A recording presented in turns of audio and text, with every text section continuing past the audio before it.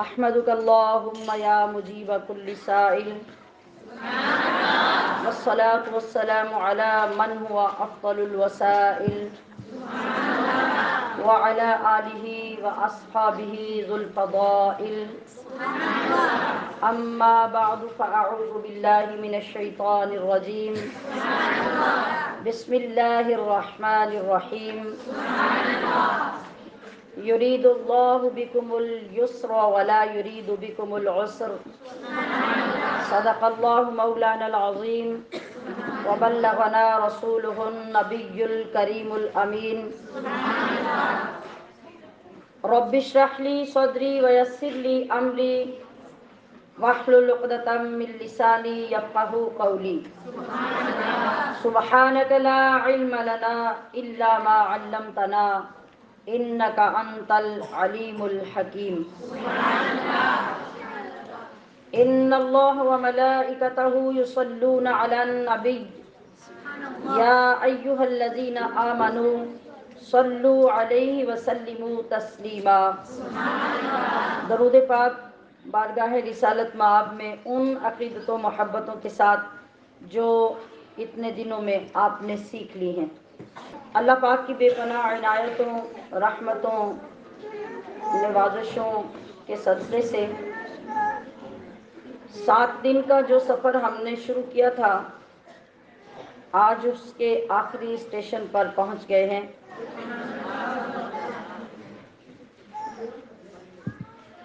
اور اس امید اور یقین کے ساتھ آج کی نشست میں بیٹھنے کی گزارش کروں گی کہ اگر آپ نے ان تمام چیزوں پر عمل کر لیا جو آپ نے سیکھی ہیں تو یقیناً اللہ کریم ہمارے آپ کے سب کے راستے بہت آسان فرما دے گا۔ عمل کی کوشش کرنا، عزم کرنا یہ ہماری ذمہ داری ہے اور اس پہ پورا اترنے کی توفیق بخشنا یہ رب کریم کا اعلان ہے۔ تو حسب معمول آپ مجھے بتائیں گے کہ ہمارے آج کے آخری اسٹیشن کا نام کیا ہے؟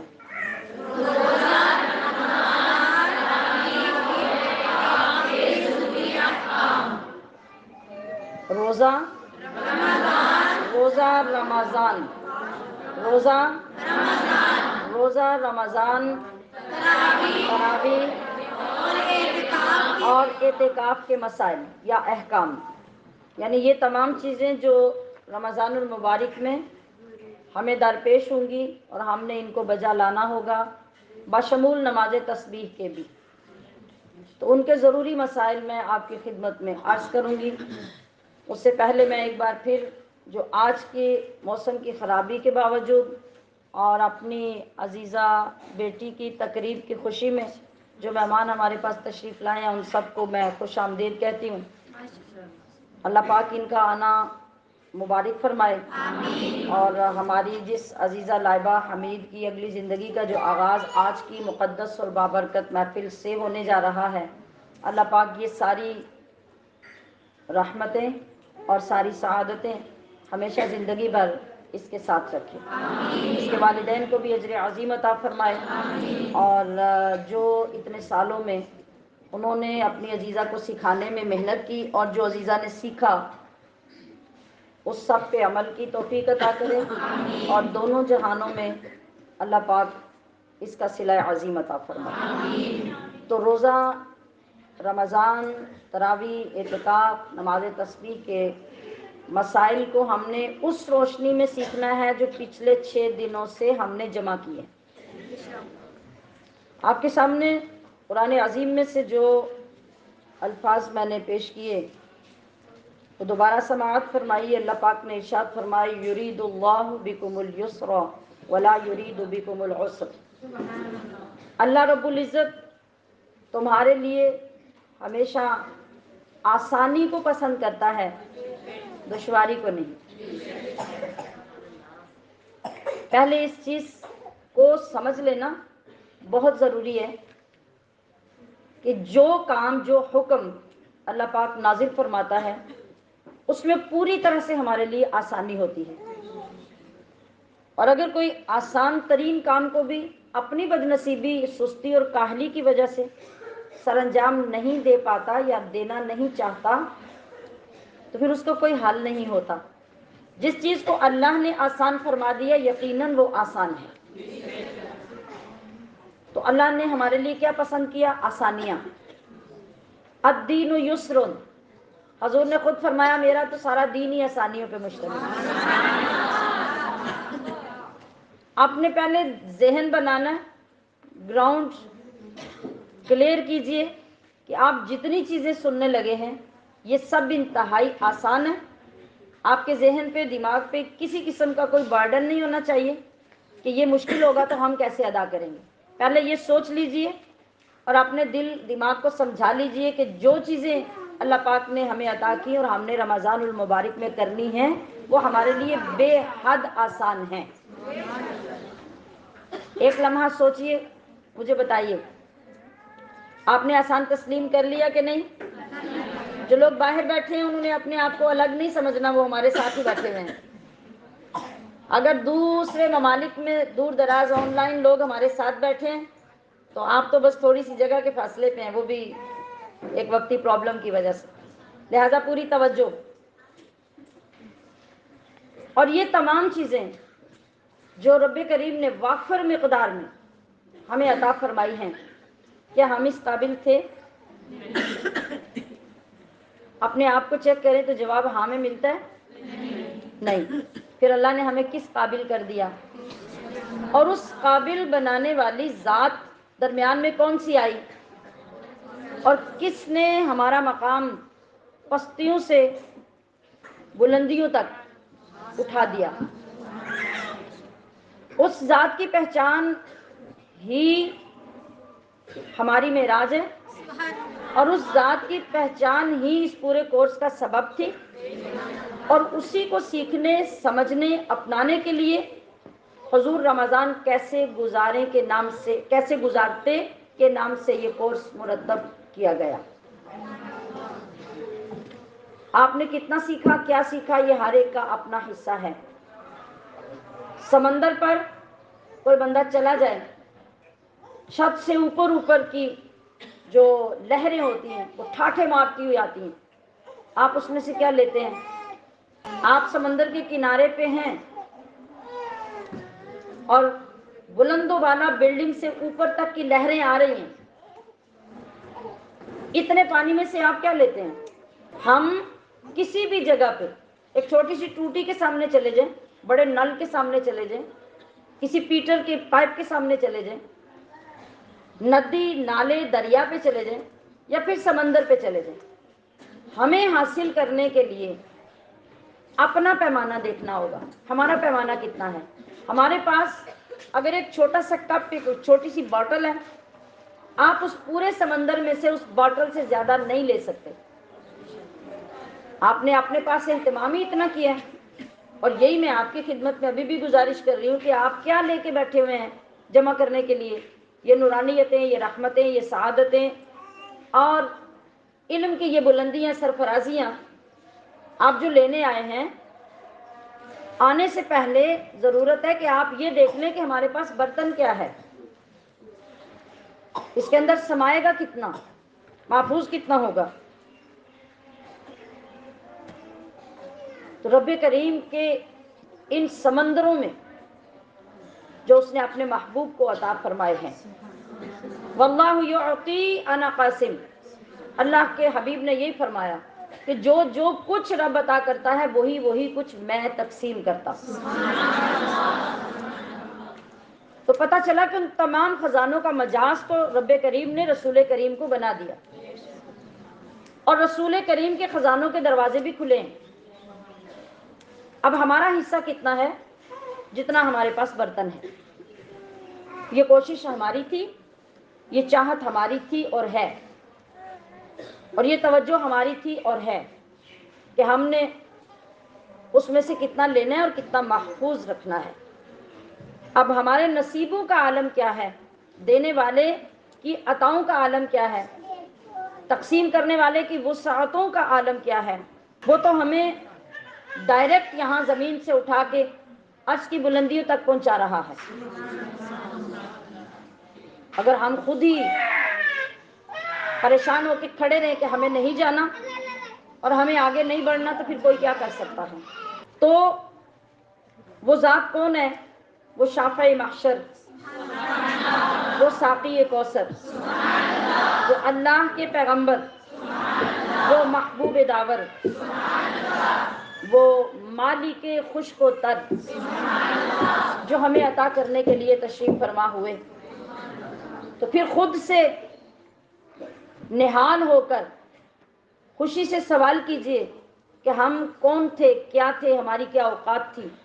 وہ کون آیا جس نے ہمیں اتنے اختیارات دے دیے، ہماری رضا اتنی مقدم ہو گئی کہ اللہ خود اعلان فرما رہا ہے، دینے کے ساتھ ساتھ ہماری دل جوئی فرما رہا ہے. اور پہلے سے ہی رمضان کے روزے فرض کرنے کے ساتھ ہی وہ اعلان بھی فرما رہا ہے کہ کبھی بھی پریشان ہونے کی ضرورت نہیں ہے. جو تمہارا رب ہے نا، میں نے کیا بتایا تھا کہ وہ صرف خالق نہیں، وہ صرف بادشاہ نہیں، وہ صرف احکم الحاکمین نہیں، بلکہ وہ کریم آقا، کریم مالک، کریم اللہ ہے. تو اس نے پہلے ہی تمہیں پریشانی سے بچایا اور فرمایا یرید اللہ بکم اليسر ولا یرید بکم العسر. ہر چیز میں تمہارے لیے اس نے آسانیاں رکھی ہیں. اور ان سے آشنا کرنے والی ذات کون ہے؟ کس نے ذروں کو اٹھایا اور صحرا کر دیا. ہم تو بیکار ذرے بکھرے پڑے تھے کائنات میں، لیکن ہمیں اتنی وسعت صحراؤں جتنی دینے والی ذات کون ہے؟ کس نے ذروں کو اٹھایا اور صحرا کر دیا، کس نے قطروں کو ملایا اور دریا کر دیا. آدمیت کا غرض ساما مہیا کر دیا، آدمیت کا غرض ساما مہیا کر دیا. ایک عرب نے آدمی کا بول بالا کر دیا. ایک عرب نے آدمی کا بول بالا کر دیا. اور وہ عرب اور وہ ذات، اس کی بلندیاں، اس کی شان و عظمت یہ ہے کہ زندہ ہو جاتے ہیں جو مرتے ہیں ان کے نام پر. زندہ ہو جاتے ہیں جو مرتے ہیں ان کے نام پر. اللہ اللہ، موت کو کس نے مسیحا کر دیا. اور کس کی حکمت نے، آپ کے دل سے آواز آ رہی ہے وہ کون ہے؟ آمینہ کا لال، عبداللہ کا نور نظر، رب کا محبوب، نبیوں کا سرور، محمد الرسول اللہ. کہ کس کی حکمت نے یتیموں کو کیا در یتیم. کس کی حکمت نے یتیموں کو کیا در یتیم اور غلاموں کو زمانے بھر کا مولا کر دیا. حضرت بلال کون تھے؟ غلام ابن غلام ابن غلام، خاندانی غلاموں کا، برادری غلاموں کی، علاقائی غلاموں کا. مگر بلال آتے ہیں تو قریش کے عظیم سردار عمر بھی کھڑے ہو جاتے ہیں اور فرماتے ہیں جاء سیدنا بلال، کہ ہمارے سردار بلال تشریف لائے. وہ کون تھے؟ غلام ابن غلام کو کس نے سرداری عطا کر دی؟ وہ وہی ہیں جو ہمارے اور آپ کے محبوب. کس کی حکمت نے یتیموں کو کیا در یتیم اور غلاموں کو زمانے بھر کا مولا کر دیا. اور 7 پردوں میں چھپا بیٹھا تھا حسن کائنات. 7 پردوں میں، پہلا آسمان، دوسرا آسمان، تیسرا آسمان، چوتھا، پانچواں اور چھٹا، ساتواں، یہ 7 پردے تھے آسمانوں کے. اور اوپر رب نے اپنا عرش بنایا. جب یہ عالم تھا، کائنات ساری زمین پہ تھی، اور وہ بنانے والا، وہ پیدا کرنے والا خالق، وہ تو ہم سے چھپا بیٹھا تھا. پھر کون آیا جس نے سارے پردے اٹھائے؟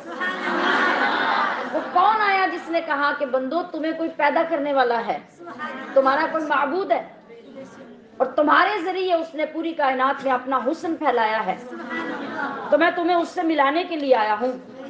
تو 7 پردوں میں چھپا بیٹھا تھا حسن کائنات. اب کسی نے اس کو عالم آشکارا کر دیا۔ اور کیا کہا؟ بندے تو بہکے پڑے تھے، بھٹکے پڑے تھے، نہ کسی چیز کی خبر، نہ اپنی انسانیت کی خبر، نہ اپنے رشتوں کا تقدس، نہ اپنے رب کی عبادت و ریاضت کا پتہ۔ سانپ سے ڈرے تو اس کو خدا بنا لیا، چاند کو چمکتا دیکھا تو خدا بنا لیا، سورج کی دھوپ سے متاثر ہوئے تو خدا بنا لیا، پہاڑوں کی بلندیوں کو دیکھا تو ان کو خدا مان لیا۔ تو وہ محبوب آئے،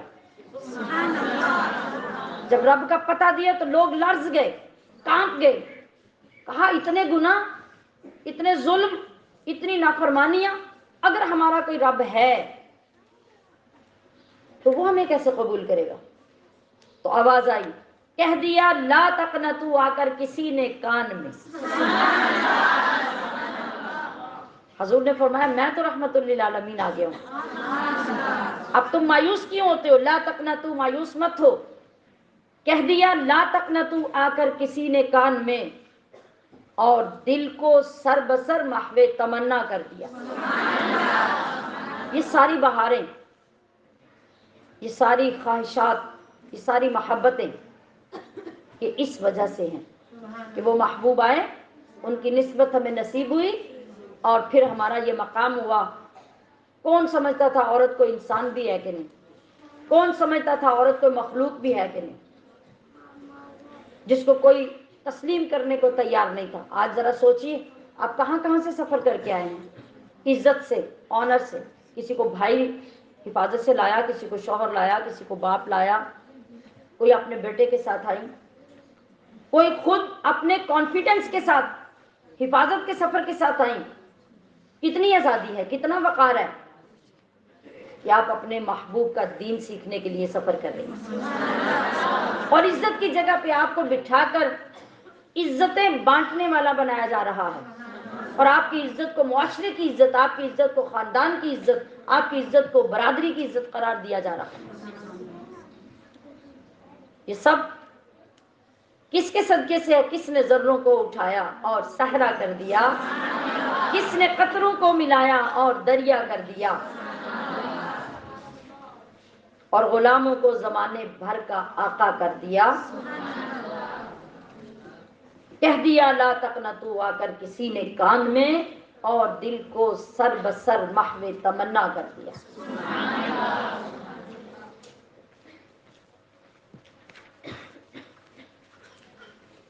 حاضرات محفل اور شریکات محفل، اللہ پاک نے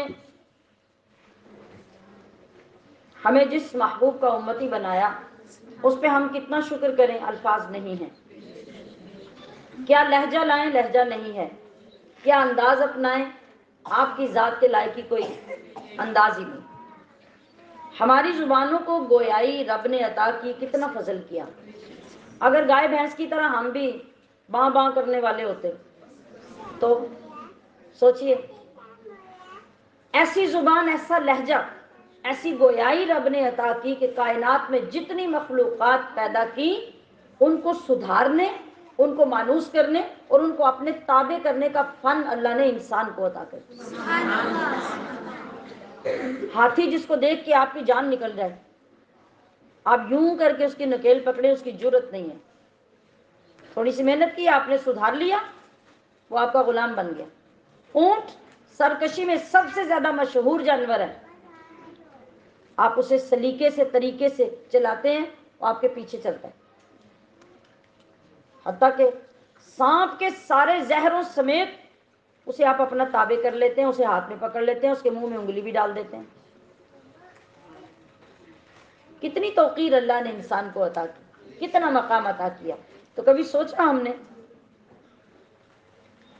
کہ اللہ کا شکر کیسے ادا کرنا؟ کبھی سوچا کہ اس رب کا شکر ادا کرنا ہمارے اوپر کتنا لازم ہے؟ اب یہ ماہ مبارک آ رہا ہے، اس میں جی بھر کے شکر کیجیے۔ جو کچھ آپ نے پچھلے دنوں میں سیکھا ہے، اس کی روشنی میں سارا مہینہ اس کے شکر میں گزار دیجیے، زندگی کے کفارے ادا ہو جائیں گے۔ اس نے ہمارے دلوں کے اندر محبت کی دولت رکھی۔ آپ لوگ جو سارے یہاں موجود تھے وہ تو آلریڈی موجود تھے، یہ بارش کے باوجود جو باہر سے سارے آئے ہیں وہ کس جذبے کے تحت آئے ہیں؟ بتائیے۔ محبت،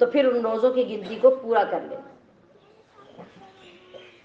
تو جو روزے ہم نے رکھنے ہیں، روزے کا لفظ قرآن کریم میں استعمال ہوا الصوم، صومن، صومن عربی میں صاد واو میم، الف لام لگے گا تعریف کا تو الصوم ہوگا۔ یہ الصوم جو ہے اس کا معنی کیا ہے؟ اس کا لغوی اور اصلی معنی ہے رکنا۔ صوم کا معنی صوم کا معنی رکنا۔ اب عربی میں ہمارے روزے کو صوم کہا گیا، یہ کس چیز سے رکنا ہے؟ یہاں جب یہ لفظ شریعت میں آ جائے گا تو شریعت میں آنے کی وجہ سے اس کا معنی شریعت کے مطابق ہو جائے گا۔ ہماری شریعت میں صوم کس رکنے کو کہا جاتا ہے؟ شریعت میں صوم رکنا ہے کھانے پینے سے اور میاں بیوی کے اپنے ایک دوسرے کے قریب ہونے سے، یہ شریعت میں روزے کا معنی ہے۔ اب اگر وقت کو لیا جائے گا ساتھ تو پھر اس کی تخصیص ہوگی کہ صبح صادق سے سورج غروب ہونے تک آپ کا یہ وقت ہوگا، اتنے وقت سے اتنے وقت تک ہر چیز کے کھانے پینے سے اور میاں بیوی کے قریب ہونے سے رک جانے کا نام ہے روزہ، صوم۔ معنی کلیئر ہو گیا؟ یہ شرعی صورت ہے۔ یہ کیا ہے؟ شرعی صورت۔ اب اس کو قبولیت کے قابل بنانے کے لیے اس کو لذیذ اور خوبصورت بنانے کے لیے کچھ کرنا پڑتا ہے، ٹھیک ہے؟ دیکھیں ابھی تھوڑی دیر کے بعد آپ کی دعوت ہوگی اور آپ بریانی کھائیں گے، ٹھیک ہے؟ اچھا جب وہ پک جاتے ہیں، عام زبان میں بریانی تو بھی کچھ عرصے سے کہنے لگے، سارے عام سادہ لوگ ان کو کیا کہتے ہیں؟ آج کیا پکایا ہے؟ چاول۔ جب دکان سے لینے جاتے ہیں تو وہ کیا ہوتے ہیں؟ چاول۔ دونوں میں فرق ہوتا ہے کہ نہیں؟ ہوتا ہے، وہ بھی چاول یہ بھی چاول۔ اچھا آپ وہ چاول جو آپ شاپ سے لائے تھے، چاول تو وہ ہیں، اب آپ سب کو مٹھی میں دے دیں اور کہیں جی جی آپ کی یہ ضیافت ہو رہی ہے، کھائیں اور پانی پیئے، ٹھیک ہے؟ نہیں، پیش کرنے کے لیے ان پہ بڑی محنت کرنی پڑتی ہے، ان کے لیے بہت سارے مثالیں لانے پڑتے ہیں، ان کو آگ پہ پکانا پڑتا ہے، ان کے اندر گوشت ڈالنا پڑتا ہے، پھر جا کے وہ تیار ہوتے ہیں اور وہ لذیذ بنتے ہیں۔ آپ کی طرف سے جب مہمان کے قریب جاتے ہیں تو ان کی خوشبوؤں سے اس کا دل مہک اٹھتا ہے، کھانے والے خوش ہو جاتے ہیں، کھلانے والے خوش ہو جاتے ہیں۔ اب چاول وہ بھی ہیں، چاول یہ بھی ہیں، لیکن تیار کرنا ضروری ہے، تب تک کھانے کے قابل نہیں۔ صبح صادق سے لے کے غروب آفتاب تک کھانے پینے سے رک جانا، اور اگر شادی شدہ ہے تو بیوی کے قرب سے رک جانا، یہ روزہ تو کہلایا، شرعی طور پہ یہ روزہ تو کہلایا۔ کیا اتنا روزہ اللہ کے ہاں پیش کرنے کے قابل ہوگا؟ اس میں تقوی کے مثالہ جات ڈالنے پڑیں گے، رسول اللہ کی سنتوں کا گوشت اس میں شامل کرنا پڑے گا، اس میں محبت کی آگ جلانی پڑے گی، اس میں ریاضت کے شاندار ڈشز اور برتن لانے پڑیں گے، اور پھر ان کو جب لا کے آپ رب کریم کی بارگاہ میں پیش کریں گے تو اب لطف آئے گا کہ تمہارا روزہ کس شان سے جا رہا ہے۔ اب روزے کی تعریف سننے کے بعد ہمیں سیکھنا یہ ہے کہ اس کو پیش کرنے کا ڈھنگ اور سلیقہ ہمارے نبی نے ہمیں کیسے سکھایا، کیونکہ ہم نے پہنچنا وہاں تک ہے جہاں ہمیں یہ سمجھ آ جائے کہ حضور رمضان کیسے گزارتے۔ بات اندر اتر رہی ہے کہ نہیں؟ جی۔ تو اس کے لیے ہمیں یہ بھی سیکھنا ہے کہ روزے کے آداب کیا ہیں، روزہ رکھ کر ہمیں کن کن چیزوں پہ کاربند رہنا ہے، ہمیں یہ بھی سیکھنا ہے کہ روزہ رکھ کر ہمیں کن کن چیزوں سے گریز کرنا ہے، پرہیز کرنا ہے، ہمیں یہ بھی سیکھنا ہے کہ ہم نے روزہ کون سے لوگوں کا رکھنا ہے۔ میں نے آغاز میں آپ کو بتایا تھا کہ ایک روزہ ہوتا ہے عوام کا، ایک روزہ ہوتا ہے خواص کا، اور ایک روزہ ہوتا ہے خواص الخواص کا۔ ایک عوام کا، ایک اللہ کے مقرب اور نیک بندوں کا، اور ایک اللہ کے نبیوں کا۔ تو ہم نبیوں کے مقام تک تو نہیں پہنچ سکتے، نبیوں کی نقل کر کے اللہ کے خاص قرب میں تو پہنچ سکتے ہیں، اور اعلیٰ درجے کا روزہ وہی ہوگا جو عوام کے درجے سے اوپر ہوگا۔ خواص الخواص تک اگر ہم نہ بھی پہنچ پائیں تو خواص تک تو پہنچیں، خاص لوگوں کا روزہ تو رکھیں، اور پھر ایک روزہ معدے کا اور پیٹ کا ہوگا، یہ ویسے ہی ہوگا جیسے کچے چاول ہیں، ہم نے ان کو پکا کے کھانے کے قابل بنانا ہے، تو اس کے لیے ہمارے ہاتھ روزہ دار، ہماری زبان روزہ دار، ہماری آنکھیں روزہ دار، ہمارے کان روزہ دار، اور ہمارا دل بھی روزہ دار۔ اتنا اگر ہم کر لیں گے تو بس سمجھ لیجئے کہ پھر اوپر کا سفر شروع ہو جائے گا۔ اب کے بعد اگر آپ کو یہ روزہ نصیب ہو گیا تو یقیناً آپ اگلے رمضان کے لیے بے قرار ہو جائیں گے، یہ لکھ کے رکھ لیجئے۔ اور اگر آپ نے اس کی ایفرٹ نہیں کی تو جہاں ہیں وہیں رہیں گے۔ اور ہمارا وعدہ کیا ہے؟ چلیں آگے ٹھہر کے جائیں گے، اوپر چلتے ہیں جی، کچھ روزے رکھ لیں پھر آگے چلیں گے نا، آگے کا ایک مطلب اور بھی ہوتا ہے۔ بتائیے، ہم اگر یہ رمضان، اگر تو میں آپ کی ترغیب بڑھانے کے لیے کہہ رہی ہوں، ہمارا پرومس ہو چکا ہے، ہمارا عہد ہو چکے ہیں کہ ہمارا یہ روزہ، اس ماہ مبارک کے تمام روزے رسول اللہ کی سنت کو تلاش کرتے ہی نہیں، اس پہ عمل کرتے گزریں گے، اور باضابطہ طور پہ ہمارا یہ طریقہ ہوگا کہ اگر ایک دن ہمارے سے کوئی سنت مس ہو گئی، غلطی ہو گئی، بھول گئے، توبہ کے نفل پڑھیں گے، اللہ سے معافی مانگیں گے، استغفار کریں گے، اور اگلے دن اگر 2 سنتوں پہ عمل کرتے تھے تو اپنے آپ کو سنبھالنے کے لیے 3 پہ کر کے دکھائیں گے، ہماری اصلاح تب ہوئے گی۔ تو اب ہم نے جب اس طرف چلنا ہے تو سب سے پہلے ہم نے کیا کرنا ہے؟ سب سے پہلے چاولوں کو دھونا ہے، پھر آگ وغیرہ جلانی ہے، تیاری کرنی ہے۔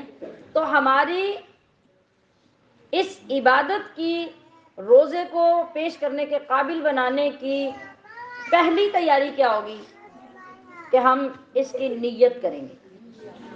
نیت کرنا ضروری ہے۔ نیت کی اہمیت ہم پیچھے سمجھ چکے ہیں۔ اگر آپ کی نیت درست نہیں تو بہت اچھا کام بھی آپ کا قابل قبول نہیں۔ چھوٹا سا نیک کام بہت اچھی نیت کے ساتھ آپ نے شروع کیا تو ہو سکتا ہے وہ چھوٹا سا کام آپ کو آسمان کی بلندیوں پر لے جائے۔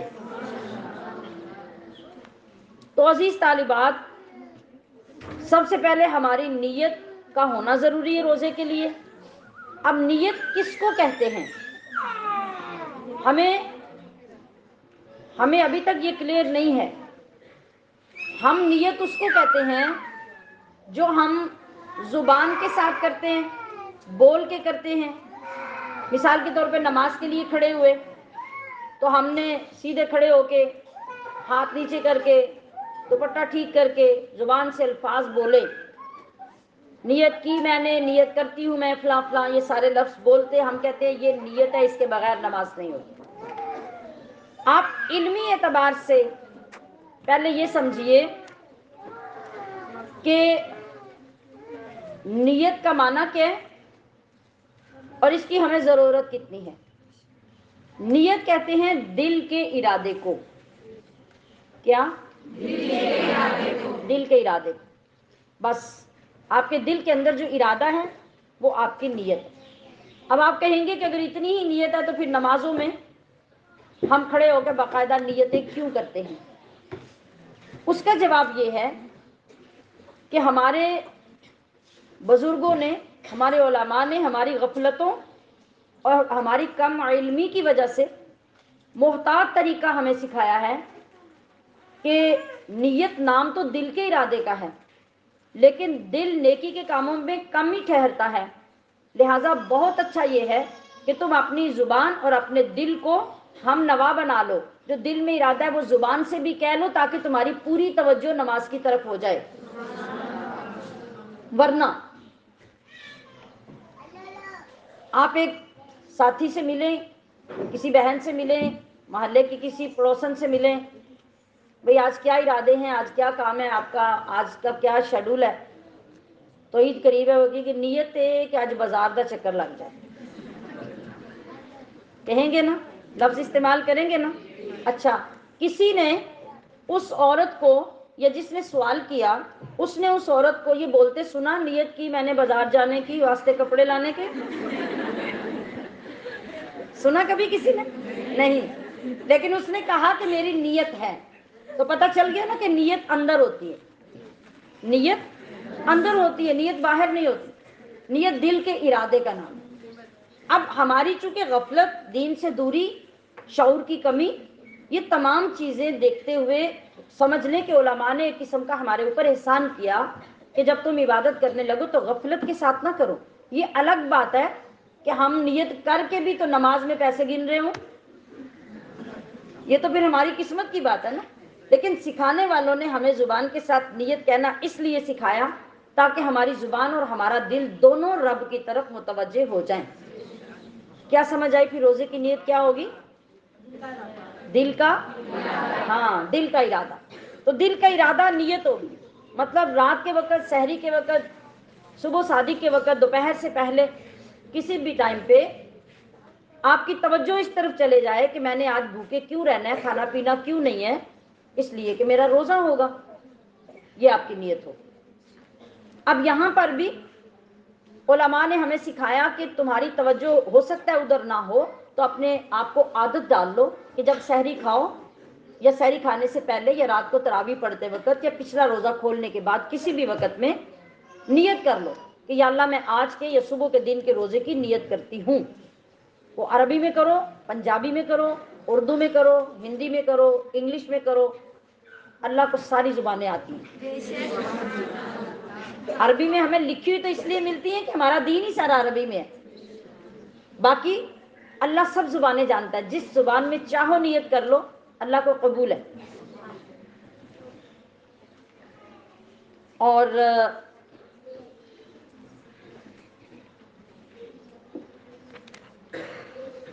سورج جب غروب ہوا اور پہلے دن کا روزہ ہم نے افطار کیا,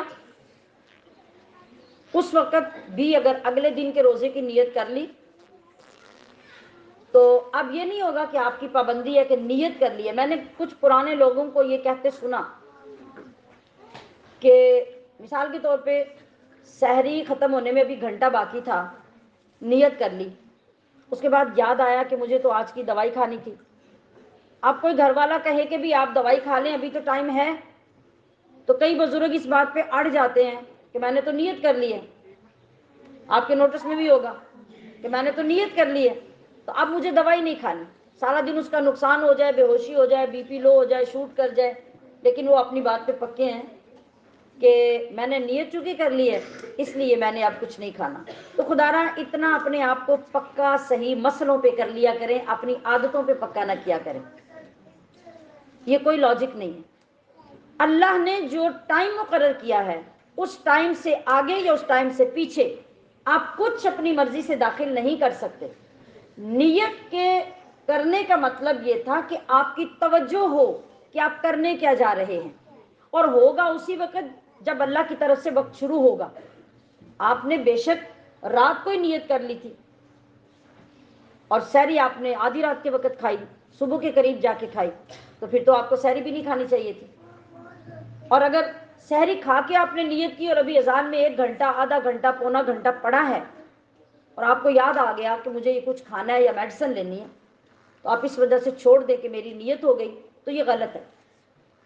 آپ کی نیت ہونے کے باوجود جب ابھی سحری کا وقت باقی ہے تو شریعت آپ کو کھانے کی اجازت دیتی ہے. آپ کی اجازت تب ختم ہوگی جب صبح صادق طلوع ہو جائے گی اور اذان کا وقت ہو جائے گا. اذان کے وقت سے پہلے سحری ختم, وقت ختم, روزے کے آگے پھر کوئی چیز کھانے کی اجازت ختم. نیت کا یہ مطلب ہوگا